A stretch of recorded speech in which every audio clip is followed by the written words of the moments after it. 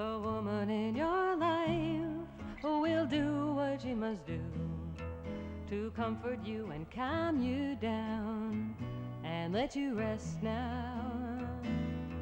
The woman in your life, she can rest so easily. She knows everything you do because the woman in your life is you. Hello everybody and welcome to Women's Spaces. My name is Elaine Holtz and I'm your host. And as always, I am thrilled about today's show. I have two marvelous guests with me.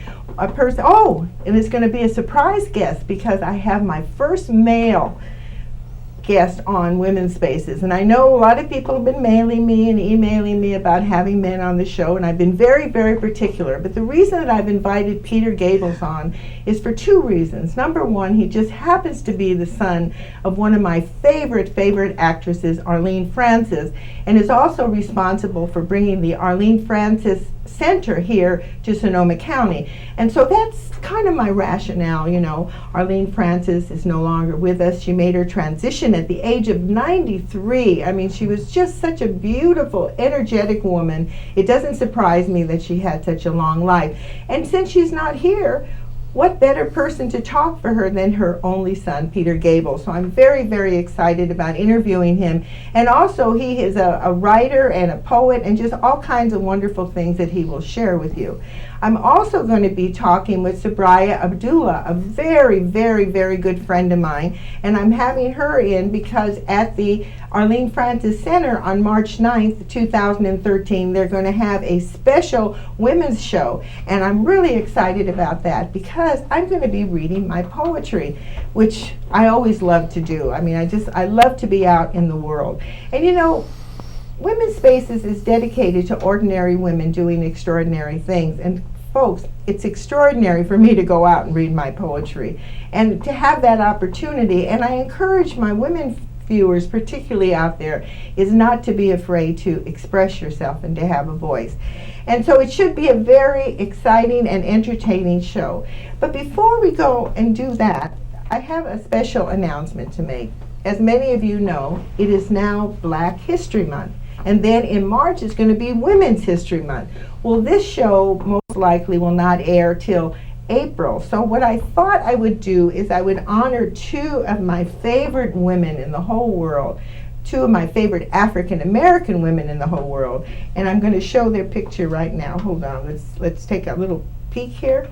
And here we are. That's Shirley Chisholm and Ida B. Wells. And you know, it's amazing to me because when I first heard about Ida B. Wells was when I watched a movie called Iron-Jawed Angels. And what was so interesting about her is at the time that the women were trying to get the vote in the 1920s was when we finally got the vote.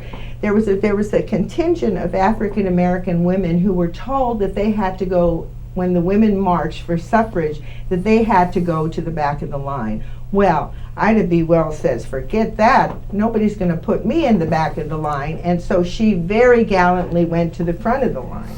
Now, why do I like Shirley Chisholm? Well, Shirley Chisholm was one of the first women in the world to run for president of the United States here. And I was so proud of her. And you know, one of the things that Shirley Chisholm said that always stuck out in my mind, she was asked during the Civil Rights Movement, she said, what is it harder to be? Is it harder to be a woman or is it harder to be African American? And Shirley Chisholm said, by all means, it's harder to be a woman. And I always thought that was very interesting. So a special shout out to these very, very special women, Ida B. Wells and Shirley Chisholm. And just take a look at these women. They are just so beautiful to me. You know, and oftentimes what happens is the African American women, they're never brought forward. You know, we don't know too much about them. That's why in Women's Spaces it's very, very important that we do talk about people and express what we think about all women, but particularly women of color, because they do not get the acknowledgement that they deserve. And I hope that they feel the sense of appreciation by having these two very powerful women be mentioned here on Women's Spaces. Well, lots to think about, but you know, as I always say in the show, that's what Women's Spaces is all about, to get us all to start thinking about love and thinking about peace and thinking about what's good for the children. I mean, that's the most important thing that we can do in this world. Anyway, without further ado, I would like to introduce my two guests, Peter Gabel and Sabriyyah Abdullahon. Welcome to Women's Spaces. Thank you. I love Sabriyyah's name. She's always challenged. I just want to make sure I always pronounce it right. Well, you know, this is such an honor. It's such an honor to have you, Peter, our first male guest. No, that's my honor, really. Women's Spaces. Well, let's start the show out by, why don't you just give us a little background? You know, the most interesting thing is that you are the only son of Arlene Francis. Mm-hmm. And I have to admit to my viewers, you know, I was born in 1940, and when I was born there was no television. And then when I was 8 years old, television came on, and then all of a sudden we had game shows, and I was able to be introduced to women like Arlene Francis, which she was such a role model for us, because there she was in front of us, and we could see not only was she a woman, but she was a very intelligent woman. So Peter, give us a little background. Tell us a little bit about yourself, a little bit about your mother, anything you care to share with our viewing audience. Why don't I start with my mother? Okay, go ahead. So my mother was an actress.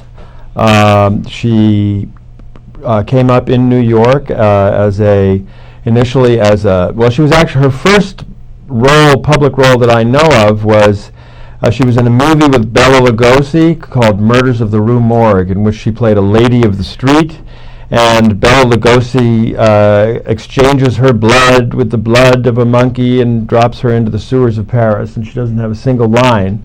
She just screams. But she later went on to do many, many radio shows. And in the early years of television, my mother made the transition well from radio to television around the late 1940s, 1950. And she became involved in a television show called What's My Line, which was an extremely successful game show, but it was really more than a game show. It was a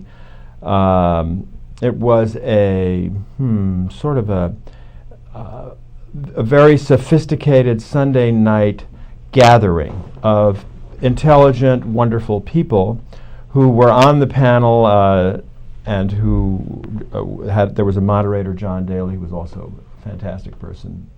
Funny, witty, deep, compassionate. There was a very good feeling to it.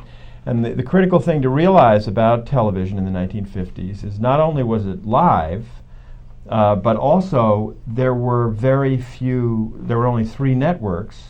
And so in the period that What's My Line was on Sunday nights, really the entire country watched the same show. So that meant it had a big impact. And in my mother's case, she was a very open-hearted, vibrant, caring human being who transmitted the kind of energy that you do, actually, Elaine, and that she spoke from her heart, and she had many people have told me since her passing that they regarded her as a second mother during those years.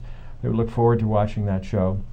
But my mother also did a number of other things. She was in the movies, and she was a Broadway stage actress, and she also, very importantly, had a television show called Home in the mid-1950s that was on Channel 4, NBC, every morning from 11 to 12. She was the first woman to be an editor-in-chief of her own show. So she was called the editor-in-chief of this news magazine.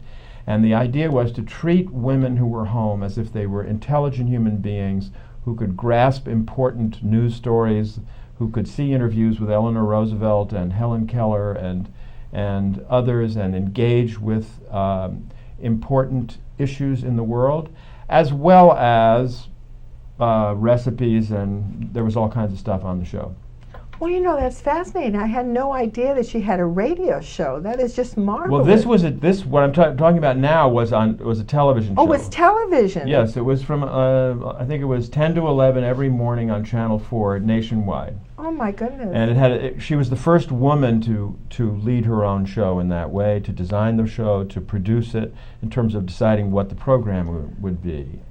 And so she did also have a radio show that started in the 1960s in New York that was on for 30 years. I guess it must have started in the late 50s. Well, I want to ask you a question. Yeah. You know, on that television show, do they have archives? Or I mean, can we get any film of it? I mean, There are archives of home, I think. Yeah, there are, and it's quite amazing. There's some incredible, very interesting issues, and it was one of the first shows to do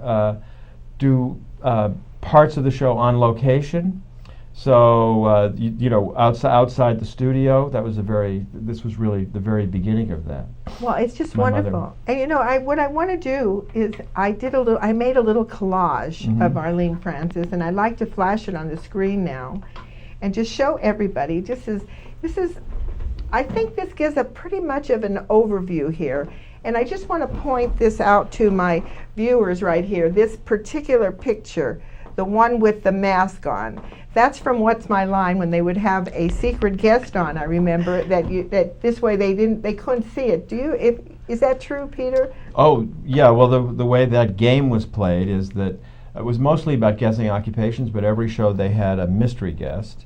Then they were blindfolded for the mystery guest, Right. and everybody you can think of was a mystery guest on What's My Line, from Ronald Reagan to Frank Sinatra to Willie Mays to Cassius Clay before he was Muhammad Ali. Oh, I remember. So the whole thing. And then they had And these are all on, by the way, I'm sorry to interrupt you, but these are all on YouTube. So if people want to see it, all they have to do is go to YouTube and pull up What's My Line, and they'll hundreds of mystery guests. Oh my goodness! And here I want to go through the pictures on the far left over here. That's when she was a very young woman, and there she is with Groucho Marx.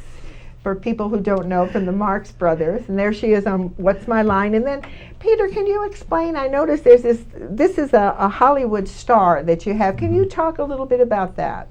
I've seen it. So there's whatever they have in Hollywood, like a walk of the stars. Yeah, Hollywood walkathon or something. You get a star, and my mother has 3 stars. One for television, I think, or television and radio. One for movies, and one for broadcasting because of her radio show. Well, we're going to just go in a little bit deeper on that star. I mean, there it is, Arlene Francis, and that was quite back then. That was quite an honor. Yeah. So she had 3. Now anybody can get a star. I'm just kidding. No. She does have 3, I think. I know there are 2, but I'm quite sure there are 3. I just haven't thought about it in a while. Well, just a little tribute to Arlene Francis. She was so beautiful. And just look, there's the star. I'm going to just show her younger picture again. I just love that younger picture. You know, she was that's known as radio's oomph girl. Oomph. Oomph. I'd like to be known as television's oomph girl. That'd be wonderful. Well, you know, it's just wonderful. It's wonderful that you're here in our community and that you're able to bring the center in, and we're able to hear so much about her. Well, one last question before we go into a little bit more about you and the center. What was it like for you as a young boy, you know, growing up in this atmosphere? I mean, this is pretty. You know, you were with a lot of famous people. I was. That's true, and I think it has good points and it's less good points. The good points were the vitality and creativity and playfulness and intellectual atmosphere.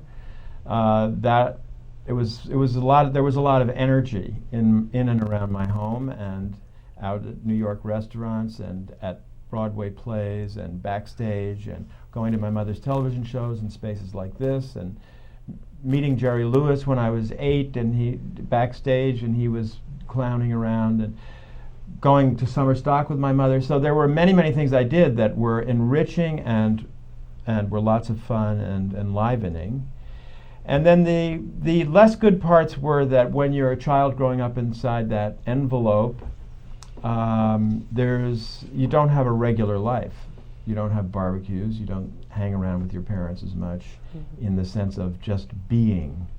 And so I have to make up for that now in my later life. Well, it's interesting. You know, it seems like no matter what, there's the good side, the bad side. There's no perfect. And we all look at people and say, oh, if that were only my life. And everybody has their things. But the most important thing I think is that you can help carry her legacy on. Yeah. And obviously she must have been a darling mother because you're sitting here talking so proudly of her. And I know I asked my daughter, I says, so how was I as a mother? And she says, well, if I didn't talk proudly of you, she said, then you'd have something to worry about. So what I want to show my viewing audience, I hope you can see, unfortunately I don't have cameras coming in, but here's Peter right here. How old were you in this picture, Peter? 10 or 11. 10 or 11. And that's with your father, who was Martin Gabel. Can you tell us just a little bit about Martin Gabel? Yes, my father was a Broadway stage actor. He was part of Orson Welles' Mercury Theater. He later played many Shakespearean kinds of parts on Broadway, and also other parts. He played Professor Moriarty in a Sherlock Holmes musical. So he was a Broadway stage actor, and he was often on television as well, as a guest panelist on What's My Line. Yeah, that's what I remember. That's what most people do remember, yeah. That's why the name Gabel was so familiar to me, because I thought Martin Gabel was on there. You know, folks, I just want to tell you, this is all part of my generation. I mean, when you talk, Peter, about the fact about you had only 3 stations, and everybody, the whole world watched What's My Line true. all at the same time. I mean, and now we go on television and there's nothing that even interests us. You know, back then everything was so important. Well, the whole family would get together on Sunday nights and they'd watch the Sunday list. That's right. It was an amazing. Yeah. Well, let's go into a little bit about the Arlene Francis Center. And you know, I'd like to call on Sabriyyah a little bit. Sabriyyah describes herself as just a simple woman, and to me, she's absolutely fascinating. She's very involved with our local radio station, KWTF, helping to bring that. And on March the 9th, we're going to have a wonderful, wonderful women's program at the Arlene Francis Center, and that's where I'll be reading my poetry, so I'm really excited about that. But you have some history about the center, so before we get into it, what is it that you were talking about when we first started? What I had expressed earlier was that before it was the Arlene Francis Center, it was New College, and New College was the first to have the license for KWTF. It was 88.1 FM, which FCC opened up license applications around 2007. New College became a sponsor. And at that same time, though, unfortunately, New College closed, but it was picked up by Free Mind Media, which was Ben Sari, Caitlin Childs, Desiree Poindexter, and Leanne McClellan. And they came together to start researching into how they can make this reality become our reality, KWTF Community Radio. So back in 2007 is when it began for KWTF. And then we just started growing and emerging to who we are now. We're getting ready to go live in March. So actually KWTF was influential in getting the Arlene Francis Foundation involved then. I would say that it wasn't so much that the Arlene Francis Center was involved, but that in the beginning they were New College. And so New College was involved. And once New College had closed, then that just left the license to be, picked up by someone who can, start getting the ball rolling again to get that radio station going. So it would have been a part of New College had New College still had remained. And Peter, you were also part of New College, I was. if I remember correctly. So why don't you give us a little history about your New College and how you all of a sudden took the foundation and decided to buy the building, and what was your motivation? Okay, so I went to law school in the late 1960s, and I became a law professor, but I was sort of swept out to the West Coast by the spirit of the 60s and the social and political movements of that time, and I got involved in the organization of New College at its beginning and remained with it for 35 more years. And I was president of New College from 1987 to 2001 and a law professor at the Public Interest Law School at New College for all that time. And when New College closed, we had up here in Santa Rosa in that building, when Mom purchased the building, in the beginning New College carried out the purposes of the Arlene Francis Foundation, our educational purposes to link education and social change. And New College's program in Santa Rosa in culture, ecology, and sustainable community focused on education and social change. So it was a joint project of the Arlene Francis Foundation and New College of California. But the classes were New College classes. And then when New College closed, we had to decide whether to keep the building or sell the building and do something else. What were we going to do? And finally we decided, let's keep it and restart it as the Arlene Francis Center for Spirit, Art, and Politics, but continue with the same social and political vision that we had in the spirit of New College. And that vision is to create a space in which people can overcome their feelings of separation and fear of each other, in which culture and education and movies, stage plays, the whole thing, cafe, all those manifestations would create an environment in which people felt they could recognize each other's humanity, be affirmed by one another, and experience a sense of joy and also social change. In other words, and also we see ourselves as involved in social activism to change the world along the lines of that you articulate actually at the beginning of your show. Peace and justice and loving human connection.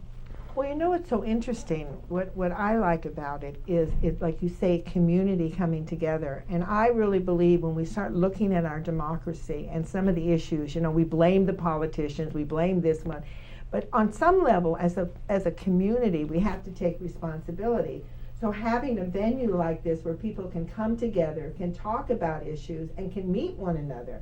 I mean, we just had a meeting there the other night over the media center here, and it was just wonderful watching all the activity. I believe you had, I don't remember what the event. Were you there for the Hootenanny? Yeah, there was a Hootenanny. There was all kinds of stuff going on, and I thought, wow, this is really, really great.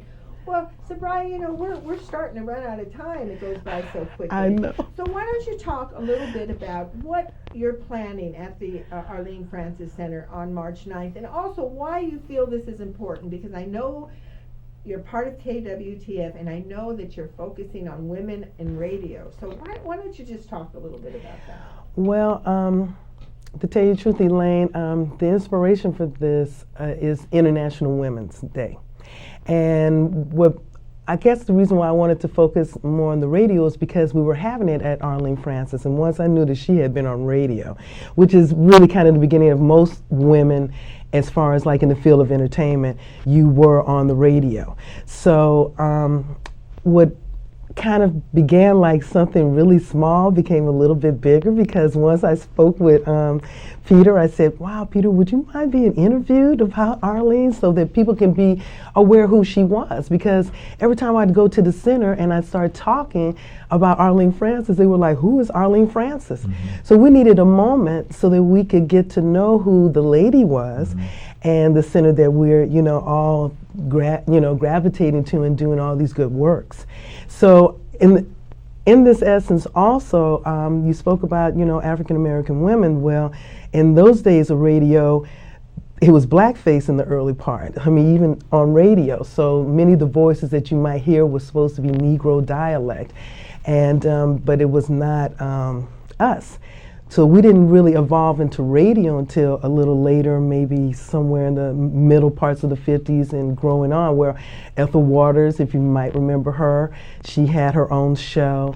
She had her own show, but it was a short one because at the time the country was not ready for that type, of realness, the truth kind of thing. So this was important so that folks can get aware that, we need to hear more women's voices. And I'm so happy to be able to Google and see so many women's voices out there today doing shows. So this is a celebration of who we are and where we're going.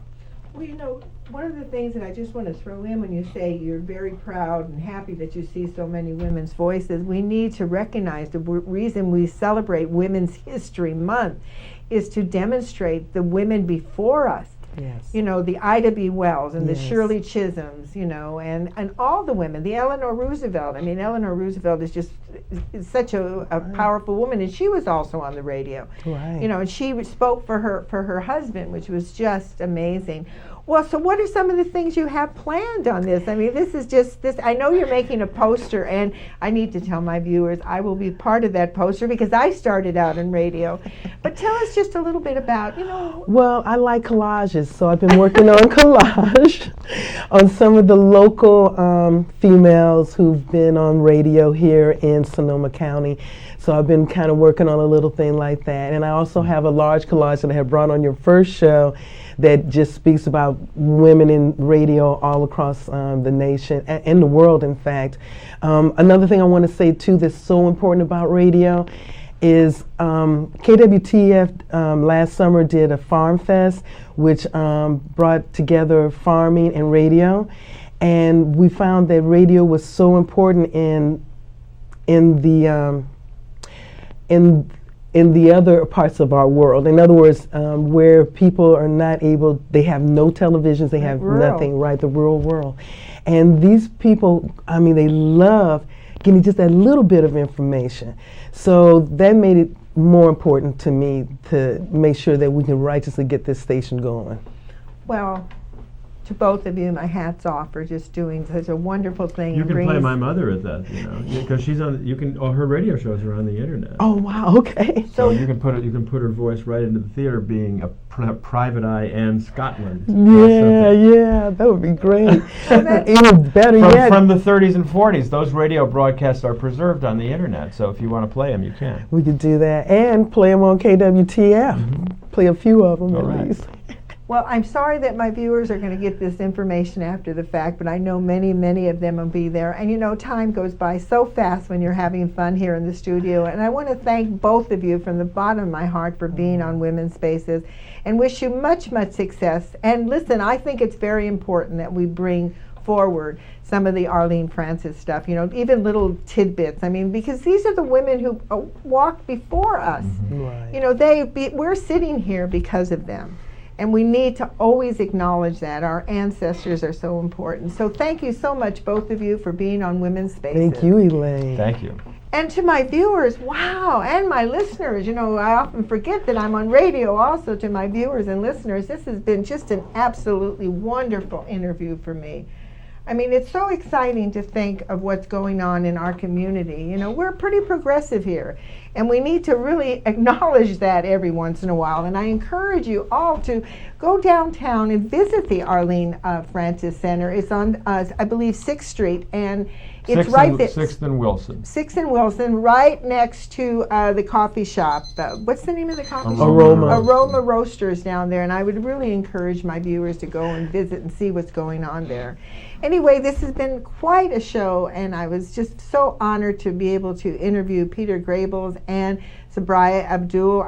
I just love it. It's just very exciting to me to be able to bring this information. And like I do at the end of all my shows, I try to encourage, particularly my women viewers and listeners, to get off your duff and do something for peace, do something for the children. And the very least you can do is write your congressman, write the President of the United States, write your local people, write a letter to the editor. And make one simple suggestion, and that is, before we write those important bills, before we take those important votes, we ask one simple question, and that is it good for the children? Why do I say that over and over and over again? Is it good for the children? Because if it's good for the children, folks, it's good for the future. And I want a future. I want a future for my children, for my grandchildren. I want a future for your children and your grandchildren.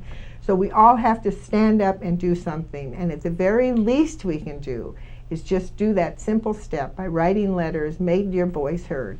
Anyway, this is Elaine Holtz with Women's Spaces. Thank you from the bottom of my heart for watching and listening, and I will see you the next time. In your life, we'll do what you must do to comfort you and calm you down and let you rest now. The woman in your life, she can rest so easily. She knows everything you do because the woman in your life loves you. The woman in your life knows simply what is true. She knows a simple way to touch to make you whole now.